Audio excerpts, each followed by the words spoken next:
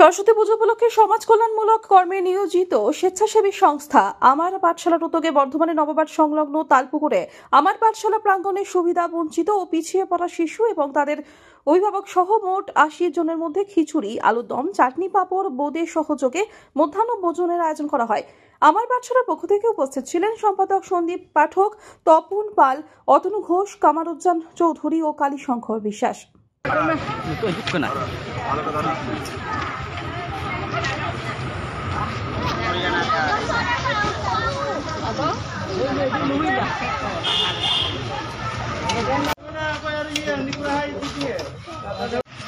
বিদ্যা ও সঙ্গীতের আরাধ্যা দেবী সরস্বতী দেবীর আরাধনায় আজকে আমরা প্রত্যেকে নিমজ্জিত এবং আজকের এই বিশেষ দিনে শ্রী পঞ্চমী বা বসন্ত পঞ্চমী তিথিতে নবাবহাটের বোদা তালপুকুর অঞ্চলে আমার পাঠশালা প্রাঙ্গণে প্রায় ৮০ জন মানুষের মধ্যে সরস্বতী পূজা উপলক্ষে খিচুড়ি, আলুর দম, চাটনি, বোঁদে সহযোগে এবং পাঁপড় সহযোগে মধ্যাহ্নভোজের আয়োজন করা হয়েছিল।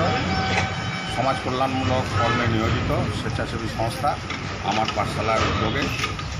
আজকে আমার পাঠশালার যে ৬০ জন বাচ্চা এবং তাদের অভিভাবকরা সকলে আনন্দ উৎসবে মেতে উঠেছিলেন এবং আমাদের মধ্যে আজকে উপস্থিত ছিলেন মাননীয় জুয়েল বাবু এবং সেই সঙ্গে কালীশঙ্কর বাবু, তপন বাবু এবং আমাদের